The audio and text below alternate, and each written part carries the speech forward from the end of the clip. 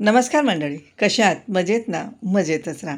मी आज शेवची भाजी बनवली, पण ही शेव मी ना माझ्या नातवंडांसाठी खायला आणली होती. पण नातीचा हट्ट होता, की याची भाजी बनव आणि मी कधीच भाजी ही बनवली नव्हती. मी पहिल्यांदाच ही भाजी बनवत आहे. आता ही भाजी बनवताना मी माझ्याच पद्धतीने बनवली. तेलामध्ये जिरं, एक कांदा गुलाबी रंगावरती चांगला परतून झाला, त्याच्यामध्ये अद्रक, लसूण पेस्ट टाकली. तीही चांगली परतून घेतली.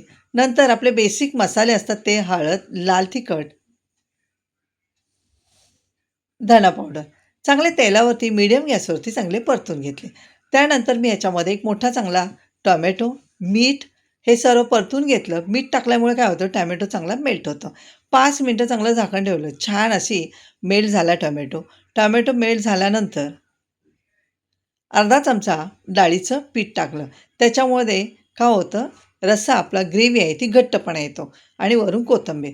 मसाले चांगले परतून झाले तेल सुटेपर्यंत. मग मी त्याच्यामध्ये गरजेनुसार पाणी टाकलं. उकळ आल्यानंतर थोडासा घरचा गरम मसाला टाकला आणि ह्याच्यावर झाकण ठेवून 5 मिनिटं उकळू दिलं. नंतर झाकण काढलं आणि शेव टाकले.